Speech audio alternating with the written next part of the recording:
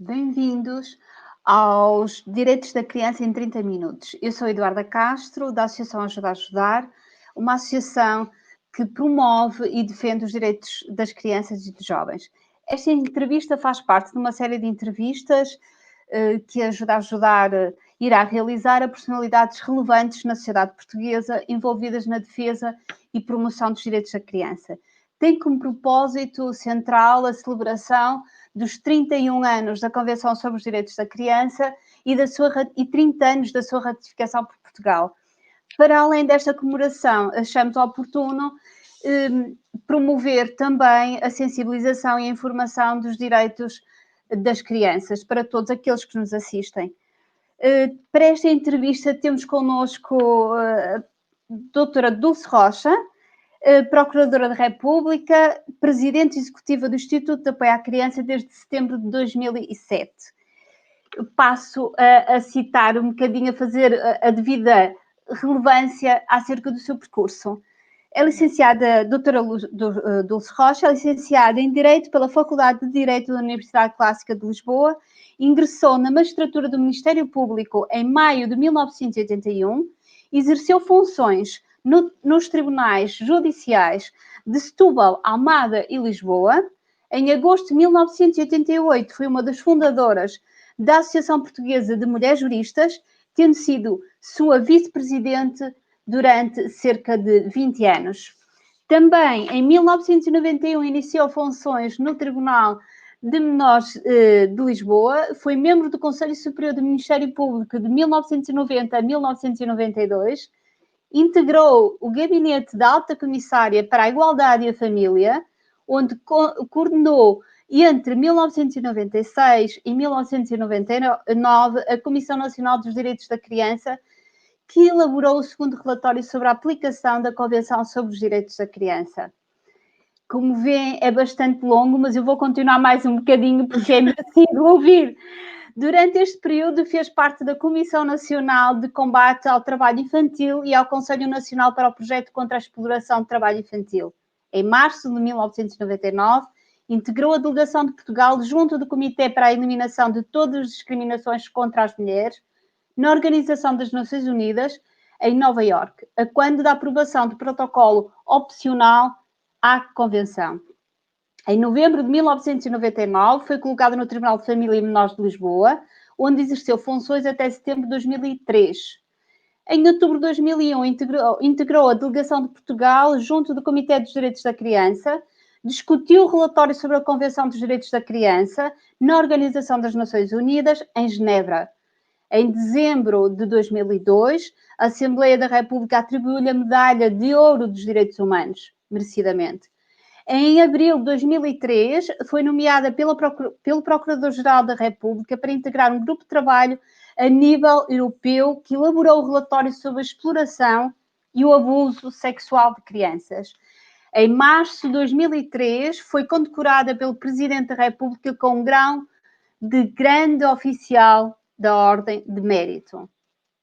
De setembro de 2003 a setembro de 2005, foi Presidente da Comissão Nacional de Proteção das Crianças e Jovens em Risco. Boa tarde, doutora Dulce Rocha. Em nome de Ajudar, o nosso agradecimento por ter aceito este nosso convite. É uma honra para nós, a Ajudar e para todos aqueles que nos assistem. Muito obrigada.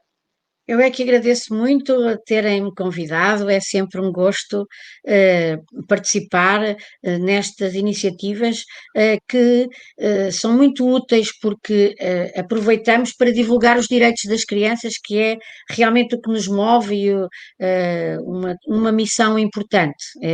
Está consagrada na Convenção e nos protocolos também. Muito obrigada.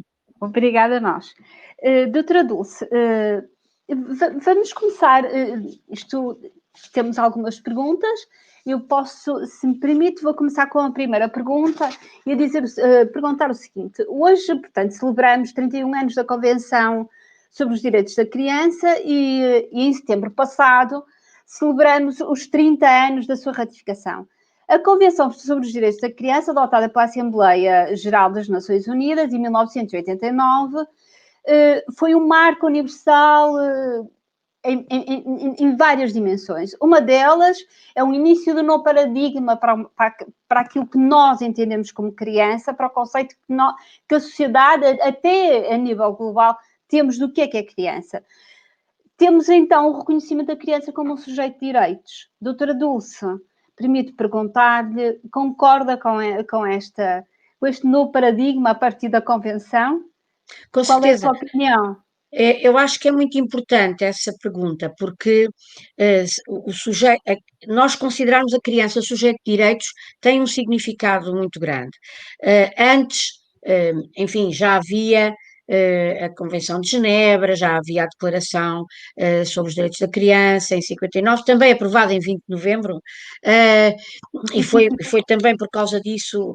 A Assembleia Geral está reunida em novembro e dezembro, portanto é natural que a maior parte dos tratados, das convenções, sejam aprovadas nesta altura, não é? Mas quis simbolicamente que a convenção fosse aprovada na mesma data que tinha sido aprovada a declaração. Agora, claro que a convenção tem outro significado, porque além da proclamação dos direitos, exige um desenvolvimento e uma concretização dos direitos e insta os Estados a demonstrar se estão efetivamente a cumprir os direitos, o que é que fizeram durante os anos, os 5 anos. O primeiro relatório foi apresentado, depois o seguinte, que foi apresentado pela comissão que eu coordenei 2 anos depois, e depois de 5 em 5. Mas também temos os outros, também temos os dos protocolos, também temos os, os Sem dúvida. Temos de apresentar também contas sobre o Pacto dos Direitos Civis, sobre o Pacto dos Direitos Económicos, Sociais e Culturais. Portanto, há aqui nestas novas convenções um esforço no sentido de manter informado um comitê de peritos independente e, portanto, como que há um envolvimento das Nações Unidas e dos respectivos comitês no sentido de ver se os países estão realmente a cumprir aquilo que aprovaram. Portanto, há outra força jurídica. Apesar de sabermos que o direito internacional não tem aquela força que tem o direito interno, por exemplo, não há tribunais, não há, é diferente, há o Tribunal Penal Internacional, mas há poucos Estados a verificar, e há também o Tribunal Europeu dos Direitos Humanos, e esse é um farol, não é? Quer o Tribunal Europeu, quer a própria Comissão dos Direitos Humanos. Quer dizer, nós temos instrumentos importantes, principalmente na Europa, não é? Mas temos de saber que é relativo este poder do direito internacional, era isso que eu queria focar.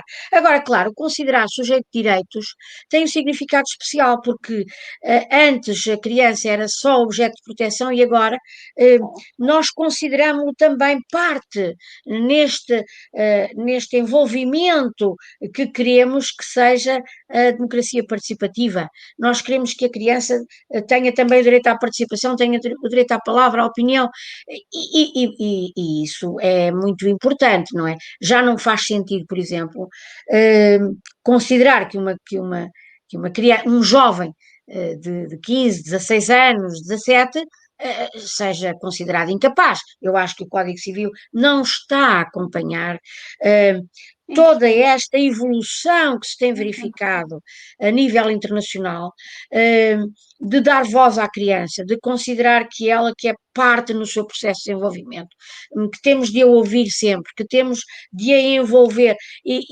e penso que basta ver o que a Greta Thunberg fez, Sim. o que a Malala fez, quer dizer, estas são as mais conhecidas, mas há uma série de jovens que têm por esse mundo fora dado lições aos adultos. E, portanto, não faz já sentido esse termo do incapaz, não é? Portanto, sujeito de direitos é isto, é elevar o estatuto da criança a um nível superior. E penso que a Convenção iniciou esse caminho e por isso é um marco importante, sem dúvida. Muito obrigada, doutora Dulce. Eu vou então colocar-lhe a segunda questão, apesar de esta primeira ser tão interessante e tão rica que poderíamos ficar aqui todo o Toda a tempo a tarde. falar sobre Sim, sim, é verdade.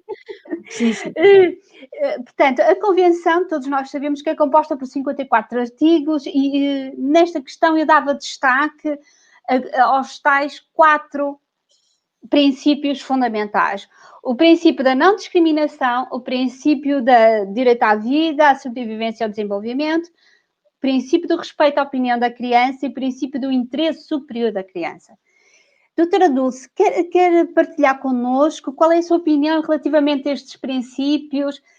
Quais são os obstáculos? De que forma é que nós podemos concretizar realmente na vida real estes princípios na defesa dos direitos das crianças? São princípios, os 4, que englobam vários lá dentro, não é? São importantíssimos e estão interligados e são interdependentes, não é? Eu uma vez escrevi sobre isso, creio que foi também em novembro, para explicar, por exemplo, o princípio sobre a participação e a liberdade de expressão da criança é tão importante que até quiseram matar a Malala por causa disso, não é? Portanto, o direito à vida relacionado com este parece menos importante, que é o da liberdade de expressão. Não é, como eu já referi, o direito à participação é esse novo paradigma, é um novo direito. E temos de apostar nele, é um desafio grande que se coloca aos adultos, o permitir que as crianças estejam presentes nas suas decisões e nas decisões acerca do mundo em que elas vão viver amanhã e em que já estão a viver hoje. Portanto, esse é muito importante, mas também o direito à não discriminação é importantíssimo. Nós sabemos que, aliás, estive a recordar o protocolo facultativo relativamente à exploração sexual, um protocolo que foi aprovado pelas Nações Unidas em 2000, quando eu estive lá em Nova Iorque em 99, falava-se muito já neste protocolo facultativo. E realmente esse protocolo faz muitas afirmações acerca da criança vítima, não é?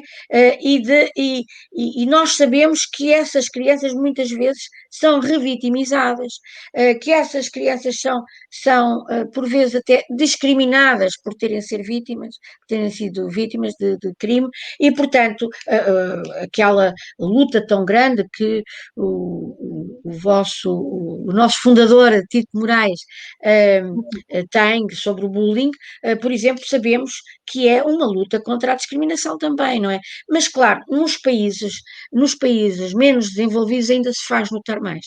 Mas esse protocolo que eu estava a referir, o protocolo sobre a exploração sexual, sobre a venda, sobre a prostituição,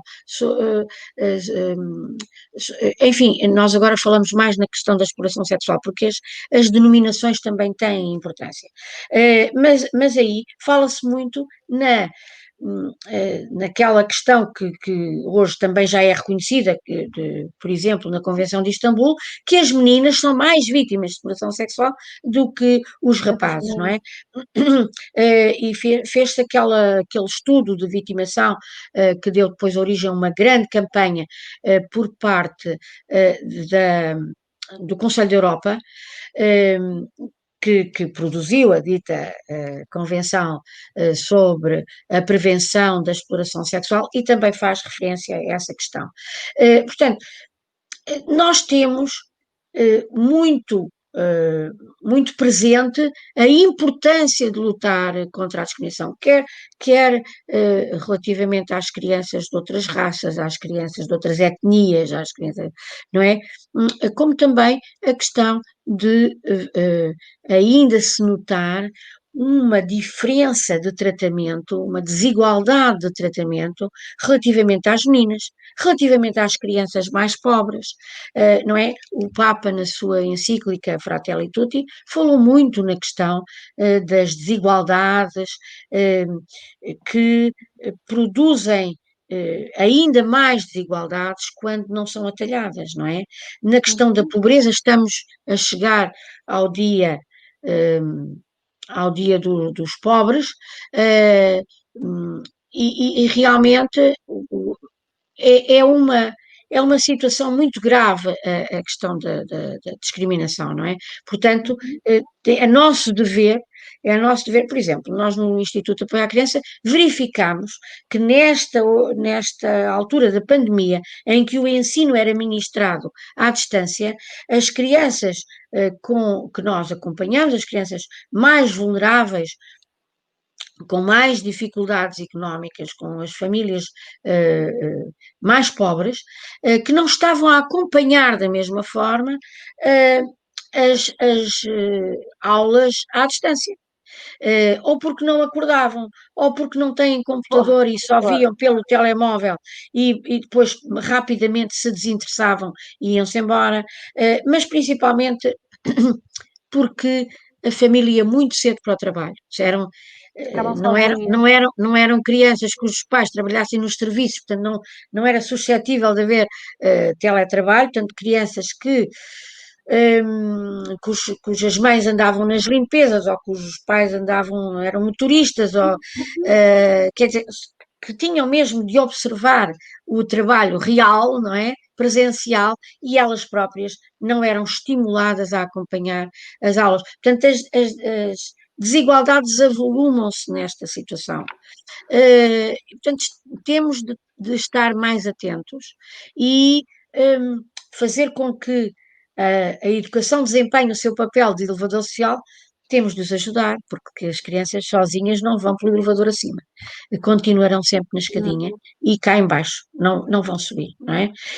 Portanto, temos de ter uma particular atenção a estas crianças. Portanto, isto para não vos falar das outras situações, do direito à vida, o que quer dizer, o direito ao desenvolvimento, quer dizer, Mas eu a aproveito para lhe criança, perguntar. a criança Aproveito para lhe batida não perguntar. pode Sim. desenvolver-se da mesma forma, não é? Criança que é constantemente alvo de violência, obviamente que é uma criança que tem mais dificuldades, que tem a sua autoestima colocada constantemente em causa, não é?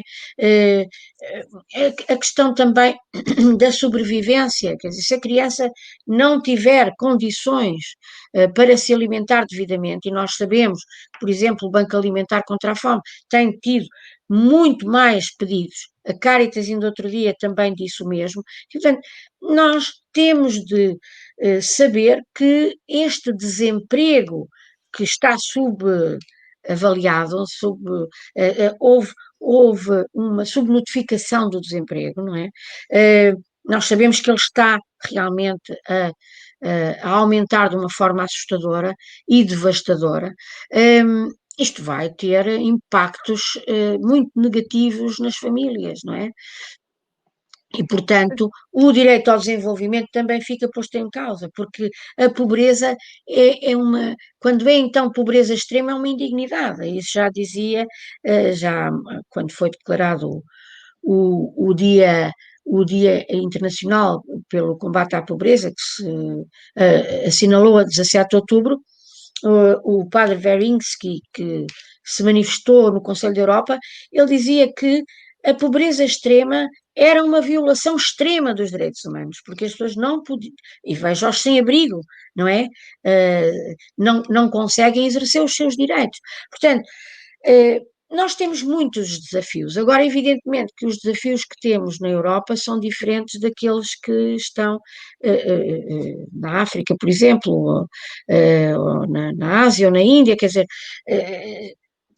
esses países subscreveram a convenção, mas não há condições de a executar. Às vezes, repare, nós tivemos agora a notícia daqueles massacres em Cabo Delgado. Onde está a Convenção sobre os Direitos da Criança? Quer dizer, essas crianças têm direito à vida, mas se não as protegermos, se a comunidade internacional não conseguir ajudar aquelas famílias, aquelas crianças, realmente o mais Doutora Dulce, importante direito está posto em causa, que é o direito à vida, não é? doutora Dulce, eu estava aqui a pensar que lhe iria colocar a seguinte questão sobre os direitos, mas é completamente desnecessário, porque a doutora Dulce foi muito bem,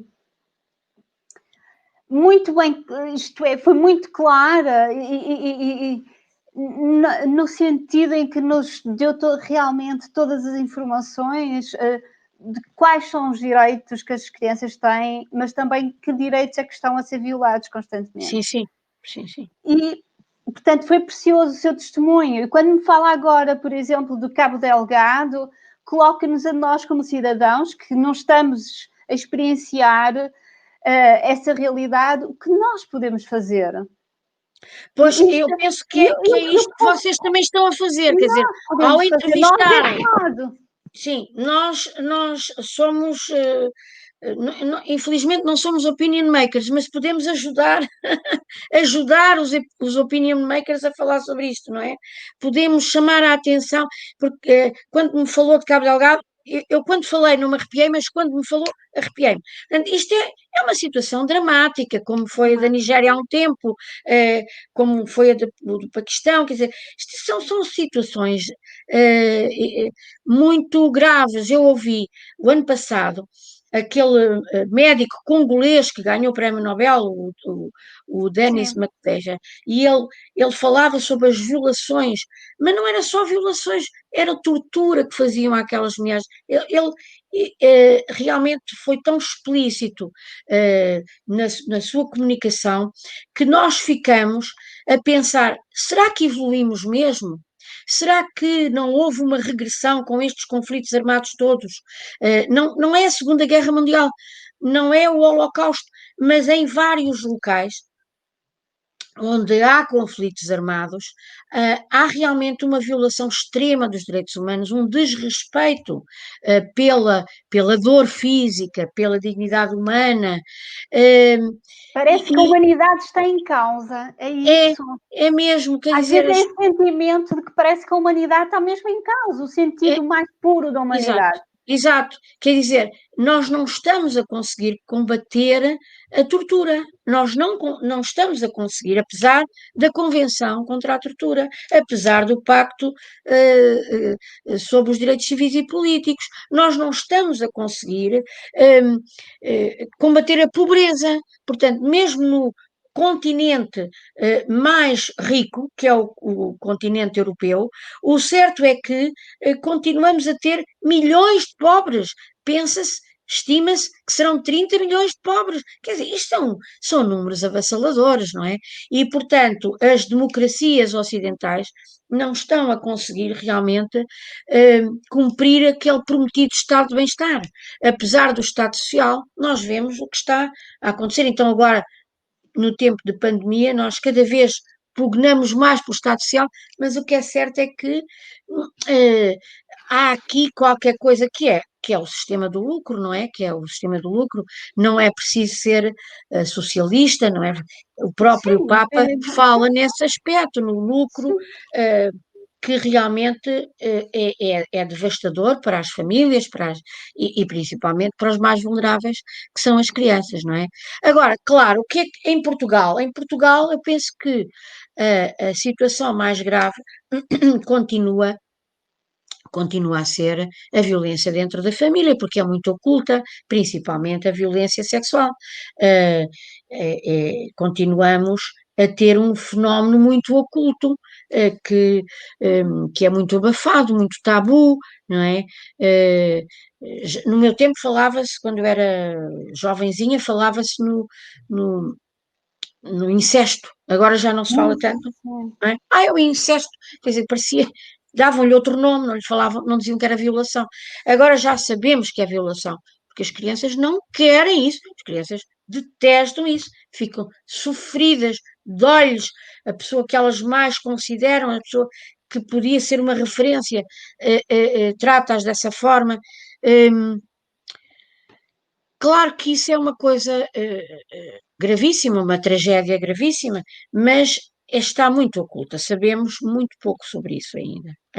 Os números Estas são vítimas, avassaladores. Eu sei mais porque estive no Tribunal de Norte e quando cheguei ao Tribunal de Norte fiquei desiludidíssima. Eu chegava a casa doente.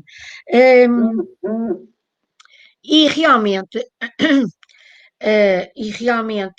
tinha uma área muito grande, muito vasta. Depois dividiram quando houve as comissões, etc. Mas tinha uma área que tinha louros, tinha tinha Cascais, Oeiras, Vila Franca de Xira, Almada, Seixal, quer dizer, a área era tão vasta que Sintra, que atualmente tem até duas comissões de proteção, por alguma razão portanto, todas essas áreas que agora têm tribunais de família e menores, estava tudo com o Tribunal de Menores de Lisboa, as situações de perigo. Portanto, eu apercebi-me de que não havia dia em que eu não tivesse casos desses. E achei que isso era mesmo uma pandemia. E comecei a alertar as pessoas, o Procurador-Geral, etc. E foi também por isso que ele, com certeza, na altura era o Dr. Souto Moura, nomeou-me para representar Portugal nesse grupo de trabalho.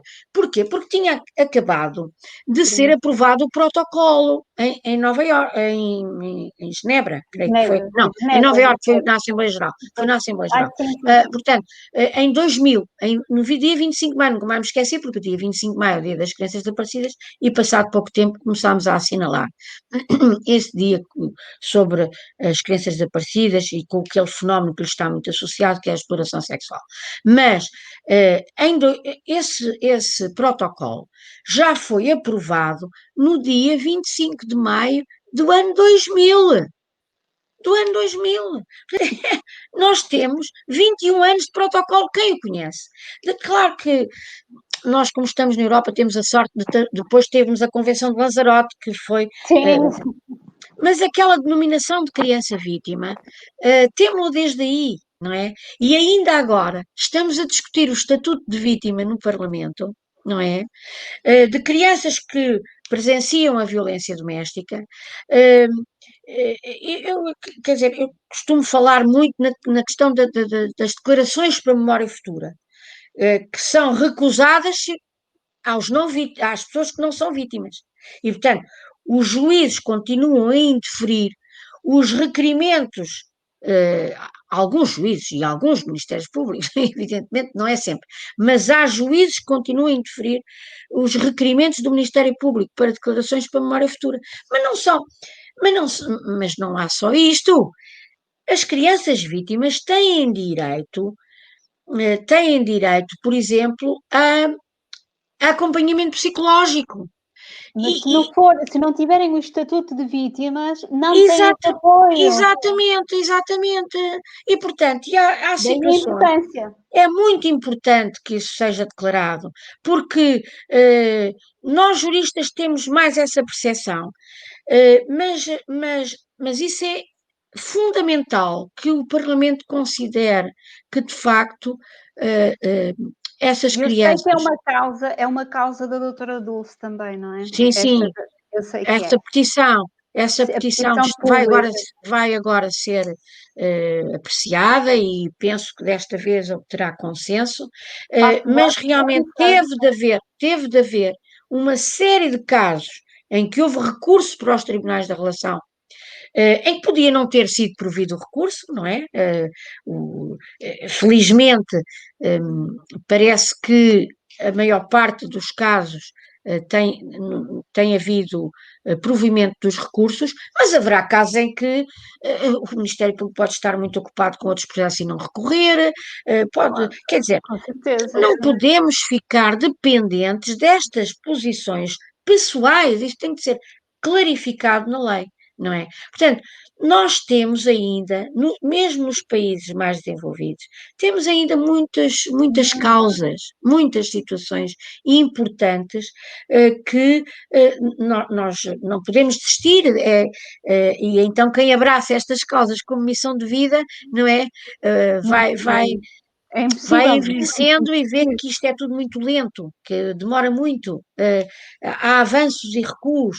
Portanto, olha, é por isso que eu Doutora aproveito Dulce. para saudar Obrigada. quanto mais pessoas houver e mais associações Doutora Dulce, estiverem.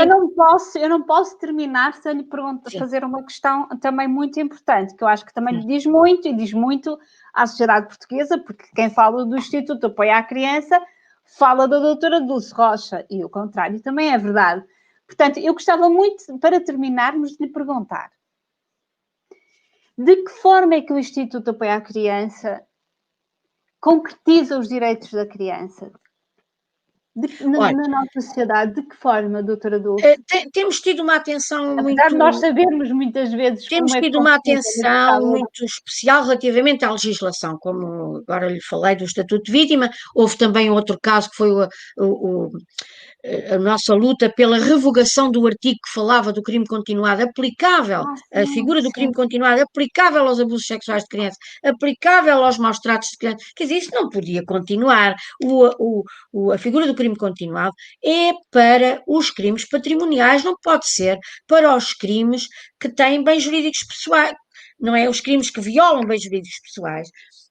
De todas as vezes que a criança é violada, há um crime porque a criança tem a sua dignidade. A dignidade não fica diminuída depois dela ser violada a primeira vez. A segunda vez tem de ser valorizada, a terceira, a quarta. Quer dizer, e quando isso está integrado num crime dentro da família, em que o agressor tem um acesso muito mais facilitado, obviamente que a figura do crime continuado prejudicava imenso a criança.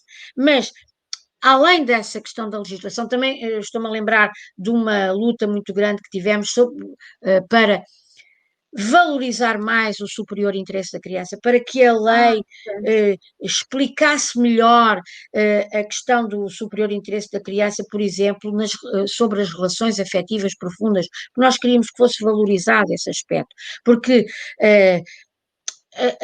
a relação afetiva privilegiada tem de ser valorizada de outra forma, não é? É por isso que não se pode retirar uma criança a uma mãe pobre apenas porque é pobre. Tem de se ver se a criança é bem tratada dentro das possibilidades daquela mãe, o que tem é que se ajudar aquela mãe.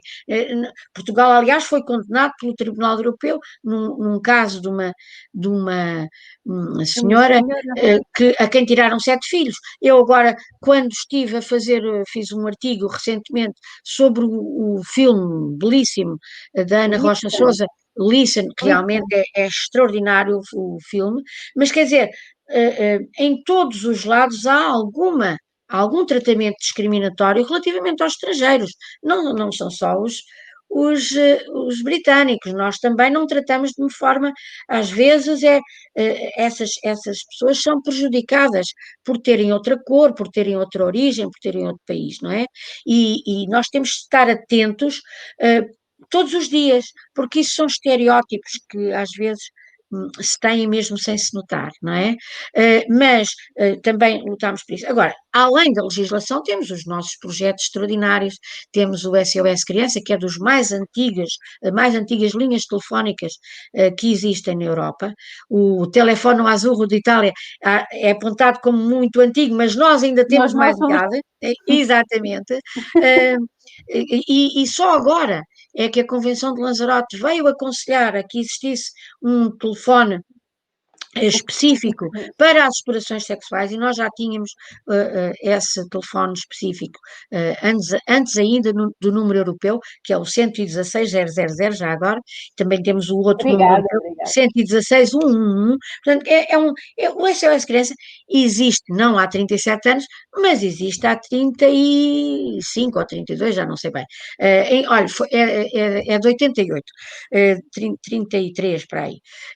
Portanto, é um bem essencial, costumo eu dizer, porque quando eu estava no Tribunal de Menores recebia muitas denúncias através do SOS Criança, denúncias anónimas, que a doutora Manuela a doutora Manuela Yanes, com a força que ela tem, conseguiu manter anónimo, mas que era muito contestado, queriam à força saber quem era o autor das denúncias. Identidade.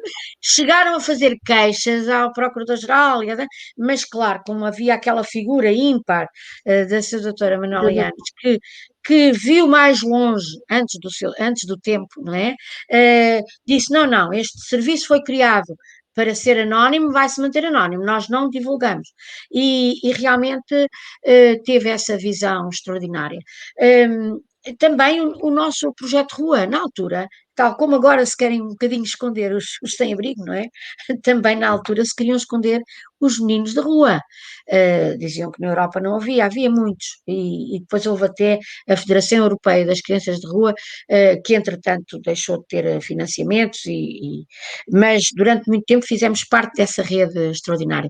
E o projeto de Rua tem ajudado muitas crianças, crianças mal amadas, crianças que já andam com um pé na marginalidade, porque crianças que foram abandonando a escola progressivamente, crianças eh, em risco, em risco. Mas o SOS Criança, focado especialmente na questão dos maus tratos, na questão da exploração sexual, e o Projeto Rua, na luta contra a pobreza e a exclusão, têm sido os nossos projetos mais, enfim, mais extraordinários, mais essenciais, se assim se pode dizer, os prioritários. Mas depois temos também o projeto das crianças a brincar, o projeto da atividade lúdica, porque também é preciso brincar, as crianças precisam Sim, é de um direito. desenvolver a sua imaginação, precisam de desenvolver a sua criatividade, muito através da brincadeira. E, de facto, o professor Carlos Neto, que é fundador do Instituto de Apoio à Criança, tem-nos acompanhado, saudosa Natália Paz, e temos uma equipa pequena, mas que faz muitas coisas, Forte. e realmente estamos sempre presentes na atividade lúdica. Também a questão da humanização dos serviços de atendimento à criança, que focámos muito nos hospitais, tal, mas também já humanizámos a sala da Polícia Judiciária para receber as crianças, não Interessante. aquela em que é interrogada, mas depois aquela sala onde a criança permanece durante algum tempo antes de ir para declarações. Portanto, a humanização dos serviços de atendimento também é algo que nos preocupa. Depois temos o nosso serviço jurídico, que atende, a doutora Ana Nazaré de Perdigão atende uma série de mães e pais e também crianças, mas menos, não é? Porque essas queixam-se mais ao SOS. Temos a tal equipa dos psicólogos Claro, que, claro. que os escuta, que os sabe escutar, que os sabe apoiar e que os encaminha. E que às vezes os acompanha durante algum tempo. Portanto, temos também uma revista vai sair hoje o primeiro número da Ótimo. revista. Tínhamos um boletim, mas Muito achámos que bom. já não fazia muito sentido, porque agora com estas plataformas novas, em tempo real, uh, em tempo real nós temos informação sobre aquilo que fazemos e, portanto, achámos que era melhor uma revista temática. Este primeiro número vai ter um excelente texto Parabéns. do Dr. Armando Leandro, que é Muito bom. o nosso, o nosso querido conselheiro. Temos um conselho consultivo de grande gabarito e, portanto, podemos escolher. Mas o Dr. Armando Leandro, realmente, que foi meu professor no Centro de Estudos Judiciários, foi também meu mestre, porque, além de ser professor, ele conseguiu motivar, ele conseguiu que se criassem equipas, o que é extraordinário, não é? Uhum. E o Dr. Armando Leandro tem uma visão estruturada sobre a proteção da criança, sobre a promoção dos direitos, e achámos que fazia todo o sentido que fosse ele o primeiro a ser convidado para escrever para a nossa revista. Doutora Dulce Rocha, eh, foi um gosto, uma honra tê-la connosco. Nós poderíamos ficar aqui à conversa de uma maneira muito deliciosa consigo e, em nome de Vamos ajudar o conversar mundo. mais outro dia, É não isso, é? podemos conversar quando entender. Terei o maior gosto também. Para nós, neste momento e nesta rúbrica dos direitos das crianças, foi uma honra e o meu sincero obrigado em nome pessoal e em nome da Ajuda a Ajudar. Também quero agradecer ao meu colega da Ajuda a Ajudar, que está por trás, o Tito Moraes, que sem ele não conseguiríamos realizar esta entrevista também. Portanto, ele é o responsável também de tornar isto tudo viável. e doutora... Mas deixe-me agradecer também, eu Obrigada, também é um sim! gosto muito grande, é um gosto muito grande, aprecio muito o seu trabalho, doutora Eduarda, e também gosto muito Obrigada. do doutor Tito Moraes, é nosso amigo há muitos anos, convidá-lo muitas vezes o dia 25 de maio para É ir uma pessoa falar extraordinária. sobre os perigos do ciberbullying, olha, de Sim, falar, faz um ele trabalho é realmente fantástico, extraordinário sem e dúvida. dou-vos os parabéns, porque Obrigada. vale a pena apostar nesta causa das crianças, vale a pena. É uma missão de vida, mas penso que nos sentimos mais realizados quando lutamos pelas crianças, pelos seus Sem direitos. dúvida. E desejo-vos as maiores felicidades. Muito Obrigada. obrigada Para o também. Instituto de Apoio à Criança também, o maior sucesso para a revista, que está a Obrigada. nascer. Obrigada. E parabéns, e foi uma honra, doutora Dulce Rocha. Muito Muito obrigada. obrigada mesmo. Muito obrigada também. Obrigada. Obrigada.